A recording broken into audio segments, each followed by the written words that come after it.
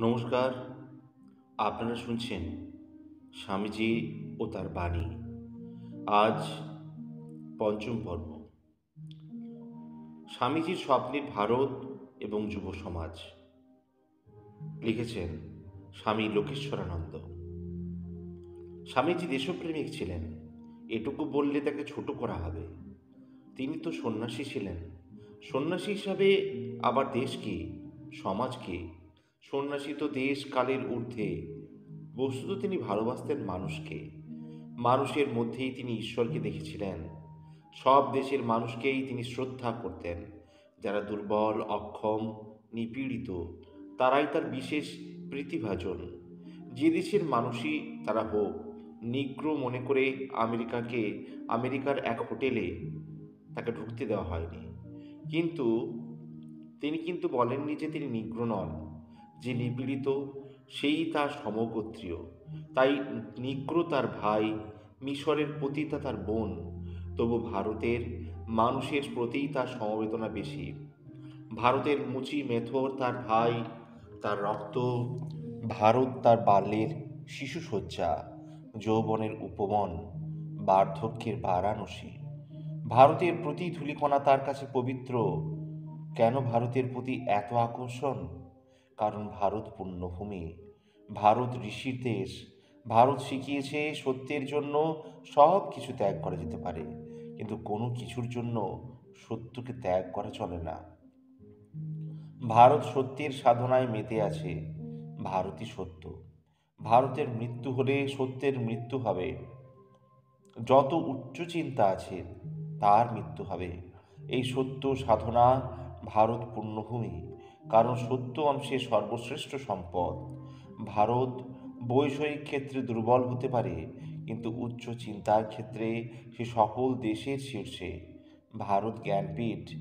জ্ঞান চর্চায় ভারত সমস্ত শক্তি নিয়োগ করে এসেছে, তাই সে দরিদ্র। ভারত তপস্বী, সাধক, ব্রাহ্মণ। তার জ্ঞানেরা তার জ্ঞানের আলোকে সমস্ত পৃথিবী আলোকিত। অল্প বিস্তর সব দেশই তার কাছে ঋণী। সে কেবল দিয়েছে, নেয়নি কিছু। ভারত এমনও অনেক কিছু দিতে পারে। বস্তুত পৃথিবী ভারতের দিকে এখনো চেয়ে আছে। কিন্তু ভারত দরিদ্র বলে অনেক জাতি আবার তাকে অবজ্ঞার চোখেও দেখে। তাই স্বামীজি চেয়েছিলেন ভারত যেন পাশ্চাত্যের বিজ্ঞান ও প্রযুক্তিবিদ্যার আশ্রয় নেয়। দারিদ্র্যের তাড়নায় মানুষ পশুর পর্যায়ে নেমে এসেছে, স্বামীজি লক্ষ্য করছিলেন। তাই বলেছিলেন, আগে অন্ন, পরে ধর্ম। তার গুরুদেবও বলেছিলেন, খালি পেটে ধর্ম হয় না। বৈষয়িক সুখ স্বাচ্ছন্দ্যের প্রয়োজন আছে, কিন্তু তা সব নয়। ভোগের উপকরণ প্রচুর হোক, জীবন সুখ স্বাচ্ছন্দ্যে ভরে যাক, জীবনের মান উন্নত হোক, কিন্তু তার সঙ্গে সঙ্গে মানুষের মনুষ্যত্বেরও বিকাশ ঘটুক। স্বামীজি বেদান্তে বিশ্বাস করতেন। বেদান্তের মতে মানুষের মধ্যেই ঈশ্বর। মানুষ তা জানে না, তাকে তা শিখতে হবে। বৈষয়িক প্রাচুর্যের সঙ্গে সঙ্গে তার এমন ক্রমবিকাশ ঘটুক যাতে সে বুঝতে পারে যে সে ঈশ্বর। উন্নতি বলতে শুধু বৈষয়িক উন্নতি বোঝায় না। প্রকৃত উন্নতি মানুষের চরিত্র, তার অন্তর্নিহিত দেবত্বের প্রকাশে।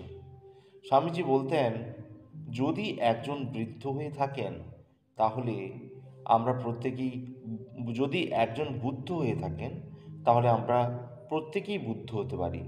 আমাদের প্রত্যেকের মধ্যেই সে সম্ভাবনা আছে, এবং জীবনের উদ্দেশ্য হচ্ছে এই সম্ভাবনাকে বাস্তবায়িত করা।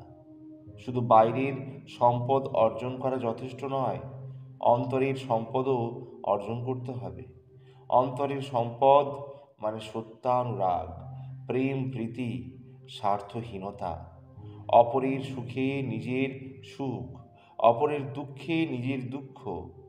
এটিকেই ধর্মর সার বলা হয়। স্বামীজির বিশ্বাস ছিল ধর্মের সঙ্গে বিজ্ঞানের সমন্বয় ঘটানো যায়।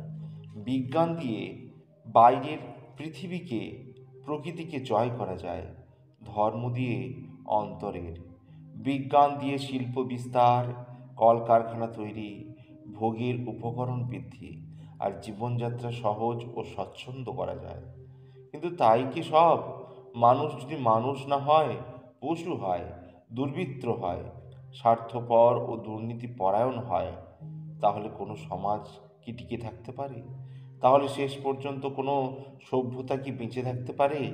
তাই দরকার সৎ মানুষের, দরকার নিঃস্বার্থ সেবাপরায়ণ উদার হৃদয় প্রেমিক মানুষের, এমন মানুষের যে শুধু নিজের সুখের কথা ভাববে না, সকল মানুষের সুখের কথাও ভাববে, যে সকল সংকীর্ণতার ঊর্ধ্বে, যে ভাষা, ধর্ম ও শ্রেণীর বিভেদ ভুলে গিয়ে মানুষকে মানুষ বলেই শ্রদ্ধা করবে, যে পরকে আপনার করে নিতে পারবে। এমন মানুষ তৈরি হয় ধর্মের দ্বারাই। ধর্ম মানুষকে উদার করে, প্রেমিক করে, সত্যনিষ্ঠ করে। ধর্ম মানে ধর্মমত নয়, ধর্ম মানে সত্য, প্রেম, ক্ষমা, নিঃস্বার্থপরতা ইত্যাদি। ধর্ম মানেই বিজ্ঞানের সঙ্গে যুক্ত হোক। স্বামীজি চেয়েছিলেন ধর্ম এটিকেই তার জীবন দর্শন বলে, ভারত এটিকেই তার জীবন দর্শন মনে করেছে। এই জীবন দর্শনই ভারতের বৈশিষ্ট্য। স্বামীজি চেয়েছিলেন এই জীবন দর্শনের ভিত্তিতে ভারত নতুন এক সমাজ গড়বে। এদিকে থেকে ভারত জগতের সামনে এক নতুন দৃষ্টান্ত স্থাপন করবে। স্বামীজি বলতেন ভারতের জাতীয় পাপ হচ্ছে যে সে তার জনসাধারণকে অবজ্ঞা করে এসেছে। সেই পাপের ফলেই ভারত এত দুর্বল এবং বারবার বিদেশি শক্তির দ্বারা পদানত হয়েছে। জনসাধারণের বৃহত্তর অংশ হচ্ছে শূদ্র, অর্থাৎ খেটে খাওয়া মানুষ, যারা মাঠে চাষ করে, কলকারখানায় হাতুড়ি পেটে, এরাই ধন উৎপাদন করে, কিন্তু এরা সে ধন থেকে বঞ্চিত। সব দেশেরই এই ঘটে এসেছে, ভারতেও তাই। কিন্তু স্বামীজি বুঝেছিলেন এই পরিবর্তন ঘটবে, সব দেশেই ঘটবে। দারিদ্র্যের রক্ত শোষণ চিরকাল কখনো চলতে পারে না, কিন্তু শূদ্রের হাতে ক্ষমতা এলেই সমস্যার সমাধান হবে না। তারা ক্ষমতায় বসবে, তারা যদি যোগ্য মানুষ না হয়, তাহলে সাধারণ মানুষ যে তিমিরে সেই তিমিরেই থেকে যাবে। ক্ষমতার একটা মাদকতা আছে, একবার সেই ক্ষমতায় বসে যে সে আর ক্ষমতা ছাড়তে চায় না। শুধু তা নয়, ক্ষমতার অপব্যবহারও করে।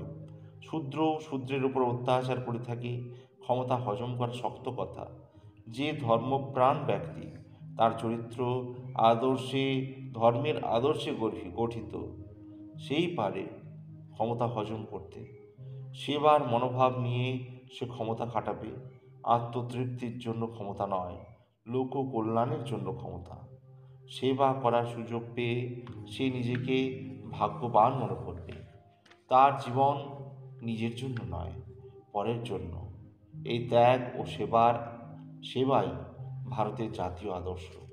এই আদর্শে অনুপ্রাণিত মানুষই ক্ষমতায় আসুক, স্বামীজি চেয়েছিলেন। শূদ্রের সেবার জন্য 1,00,000 যুবক স্বামীজি চেয়েছিলেন। তারা দুর্বার শক্তি নিয়ে দেশের ওপর ঝাঁপিয়ে পড়বে, এই ছিল তার আশা। কিন্তু তিনি সর্বাগ্রে চেয়েছিলেন তারা মানুষের মতো মানুষ হবে, বুদ্ধি, হৃদয়, কর্মশক্তি এবং তার সঙ্গে নিঃস্বার্থ সেবার মনোভাব নিয়ে তারা কুটিরে কুটিরে গিয়ে মানুষকে উদ্দীপিত করবে। এই সেবাকে তিনি শিব জ্ঞানে জীব সেবা বলে অভিহিত করেছেন। বলেছেন এই হচ্ছে যুগ ধর্ম, মধ্যে আমি নেই, শুধু আছে তুমি, অর্থাৎ ঈশ্বর। অর্থাৎ ঈশ্বরের প্রতি যে শ্রদ্ধা ও প্রীতি, সেই মনোভাব নিয়ে শূদ্রের সেবা। এই সেবা বুদ্ধি না থাকলে যোগ্যতার অপব্যবহার অবশ্যম্ভাবী। পাছে এই অপব্যবহার ঘটে। তাই স্বামীজি বারবার বলেছিলেন দেশ তো স্বাধীন হবেই, কিন্তু তাতে স্বার্থান্বেষীরা ক্ষমতার অপব্যবহার না করে, সেজন্য আমাদের কর্তব্য ধর্মের উচ্চতম চিন্তা দিয়ে দেশময় একটা প্লাবন ঘটানো। দেশবাসীর মনে এই চিন্তার একটা পুলি পড়বে, সেই চিন্তার পরির ওপরে নতুন সমাজে নতুন সভ্যতার ভিত্তি গড়ে উঠুক। তবে শূদ্র শাসন সার্থক হবে। যুব সমাজকে এই কাজে এগিয়ে আসতে স্বামীজি আহ্বান করেছিলেন। দেশ স্বাধীন হয়েছে, এখন দেশ গড়ার পালা। এই গড়ার কাজে যুব সমাজ হাত লাগাক, এই তাদের কাছে স্বামীজির প্রত্যাশা। এই কাজ তারা করবে যেন তেন প্রকারেণ ক্ষমতায় বসার উদ্দেশ্যে নয়। ক্ষমতা তাদের লক্ষ্য নয়, তাদের লক্ষ্য তারা দুর্বল, দরিদ্র, অক্ষম তাদের সেবা করা। এই সেবা ত্যাগের ভিত্তিতে হবে। কোনো কিছু লাভ করা, দেশের নিজের আশা আকাঙ্ক্ষা পূর্ণ করা এই উদ্দেশ্য নয়। যারা নেতা হবেন, দেশ চালাবেন, তারা বহুজন হিতায় বহুজন সুখায় এই কাজে নিজেদের উৎসর্গ করবেন। এই ছিল স্বামীজির বাণী। এই ত্যাগ একমাত্র যুব সমাজই করতে পারে, তাই তাদের মুখের দিকে চেয়ে আছেন স্বামীজি। ঐতিহাসিকদের দৃষ্টিতে স্বামী বিবেকানন্দ, রমেশচন্দ্র মজুমদার। একজন বিদেশি ঐতিহাসিক লিখেছিলেন যে জগতে মহাপুরুষদের চেনা সহজ, কিন্তু তাদের প্রকৃত স্বরূপ উপলব্ধি করা কঠিন। স্বামী বিবেকানন্দ সম্বন্ধে এই উক্তিটি বিশেষভাবে প্রযোজ্য। জনসাধারণ তাহাকে শ্রী শ্রী রামকৃষ্ণের আধ্যাত্মিক মানসপুত্র, সর্বত্যাগী সন্ন্যাসী, শ্রীরামকৃষ্ণ মঠ ও মিশনের প্রতিষ্ঠাতা এবং হিন্দু প্রচারক বলিয়াই উক্তি বা পূজা করে। কিন্তু ইহাই স্বামীজির প্রকৃত পরিচয়, প্রকৃষ্ট পরিচয়। তথাপি তাহার অনন্য সাধারণ ব্যক্তিত্বের শ্রেষ্ঠ অংশ মাত্র। ধর্মজগতের বাহিরেও দেশের ও সমাজের নানা ক্ষেত্রে তার অমূল্য অবদান আছে, যা আমরা সবসময় স্মরণ করি না। এরপর পরবর্তী পর্বে, ষষ্ঠ পর্বে